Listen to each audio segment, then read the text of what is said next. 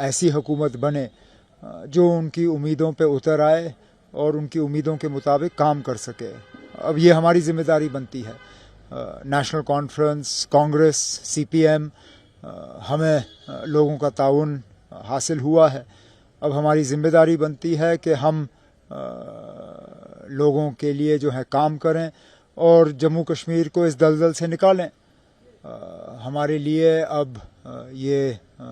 اب ضروری یہ بن جاتا ہے کہ مرکز کے ساتھ ایک رشتہ بنائیں، ایک رابطہ قائم کریں تاکہ جموں کشمیر کے جو مشکلات ہیں، مطالبے ہیں، پریشانیاں جو ہیں ان کو ہم حل کرنا شروع کریں.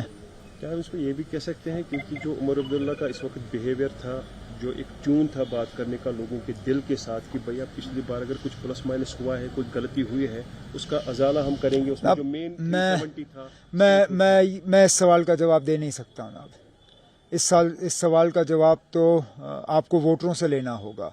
میں تو صرف یہی کہہ سکتا ہوں کہ مجھے اس بات کا احساس ہے کہ ہمیں شاید ایسے لوگوں سے بھی ووٹ حاصل ہوئے ہیں جنہوں نے زندگی میں کبھی ووٹ ڈالا نہیں ہوگا، اور اب ہماری ذمہ داری بنتی ہے کہ ہم ان لوگوں کو جو ہے یہ اپنے کام کے ذریعے دکھائیں کہ ان کا ووٹ ضائع نہیں ہوا اور انہوں نے ووٹ دیا تو صحیح کیا.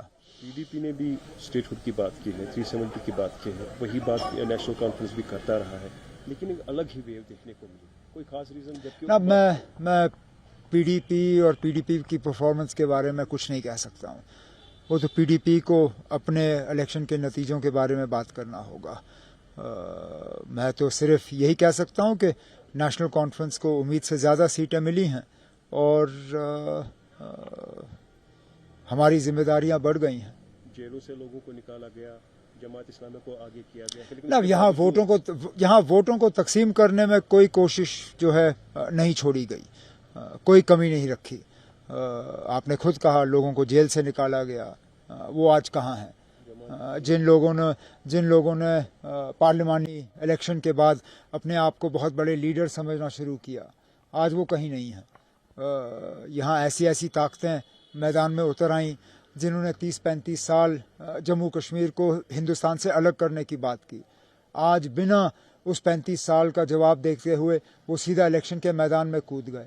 ارے اسی چیز کے لیے تو شیخ محمد عبداللہ کو گالی دیتے تھے. آج لوگ ان سے کیا امید کریں؟ انہوں نے کیا حاصل کیا جموں کشمیر کے لیے؟ تباہی اور بربادی کے علاوہ جہاں کیا ملا؟ کیا 10 سال لوگوں کے جذبات کے ساتھ کھیلا گیا، خاص طور پر جو ہماری اب میں اب ان چیزوں میں نہیں پڑوں گا نا. اب خواہ جھگڑوں میں الجھنا، وہ بھی اس دن جس دن الیکشن کے ایسے نتیجے آئے. اب کوشش تو یہی کی جائے گی کہ سب کو مل کے ہم جو ہے آگے بڑھیں. مجھے اس بات کا احساس ہے کہ ہمارے الائنس میں جموں کا ایک اچھا خاصا حصہ ہے جس کی آواز وہاں ہوگی نہیں. اب جو حکومت بنتی ہے آنے والے دنوں میں، ان کی ایک بہت بڑی ذمہ داری یہ بھی ہوگی کہ وہ جموں کے لوگوں کو یہ احساس نہ ہونے دیں کہ یہ حکومت ان کی نہیں ہے. جموں کے جن بیلٹس نے بی جے پی کی مدد کی، اب بی جے پی اس حکومت میں شامل ہے نہیں، لیکن ان لوگوں کو یہ نہیں لگنا چاہیے کہ وہ اس حکومت میں شامل نہیں ہیں. جو بھی کل پرسوں جموں کشمیر کا مکھیہ منتری بنتا ہے، وزیر اعلیٰ بنتا ہے، ان کی ایک بہت بڑی ذمہ داری یہ ہوگی کہ جموں کے لوگوں کو ایک سینس آف بلانگنگ ملنا چاہیے. انہیں لگنا چاہیے کہ یہ بھی ان کی حکومت ہے جس طرح یہ کشمیر کے لوگوں کی حکومت ہے. ایک خاص بات آپ نے خود کہی، کوئی کسر باقی نہیں رکھی گئی. 3 پڑاور، خاص طور پر نیشنل کانفرنس، خاندانی راج.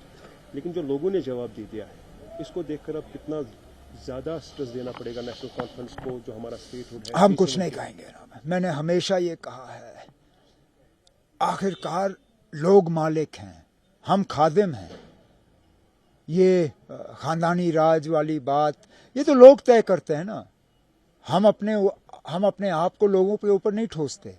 لوگ فیصلہ کرتے ہیں کہ کیا وہ ہمیں پسند کرتے ہیں یا نہیں. 2 مہینے پہلے میں الیکشن ہارا، آج میں الیکشن جیتا. میں وہی شخص ہوں، اسی خاندان سے تعلق رکھتا ہوں. میری سیاست میں کوئی بدلاؤ نہیں آیا، لیکن 2 مہینے پہلے میں ہارا، آج میں جیتا. لوگ مالک ہیں نا. اب ہمیں اس بات ہم جو حکمران ہیں، ہم جو سیاست دان ہیں، ہم بھول جاتے ہیں.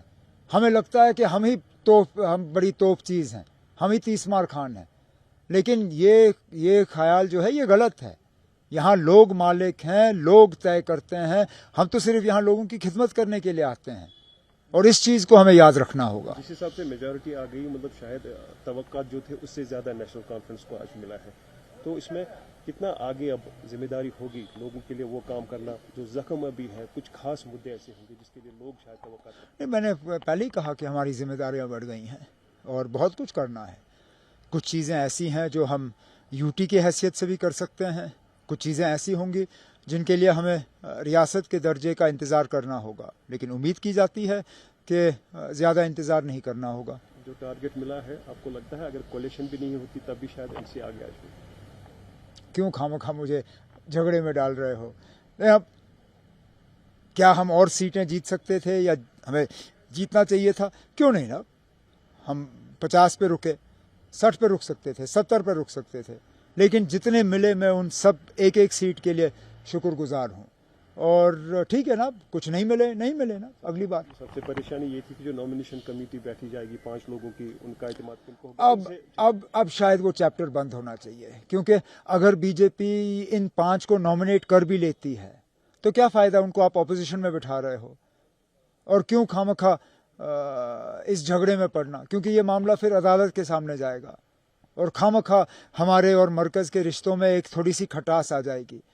ابھی ایک نیا رشتہ قائم کرنا ہے, کیوں لڑائی سے یہ رشتہ شروع کریں؟ بہتر یہی ہوگا کہ ایک اچھے ماحول میں یہ رشتہ بنے. تو وہی کیا جانا چاہیے جو جائز ہے, اور جائز یہ ہے کہ حکومت جو ہے ریکمینڈ کرے اور ایل جی صاحب اس ریکمینڈیشن پہ عمل کرے. بہت اچھی بات ہے, رشتے نئے طریقے سے شروع کیے جائے, تو ساتھ ساتھ میں آپ کو لگتا ہے نیبرنگ کنٹریز کے ساتھ بھی تعلقات؟ آپ پھر مجھے جھگڑے میں الجھا رہے ہو. 15-16 کو بڑی اچھی بات ہے کہ جے شنکر صاحب پاکستان جا رہے ہیں. اب دیکھتے ہیں کہ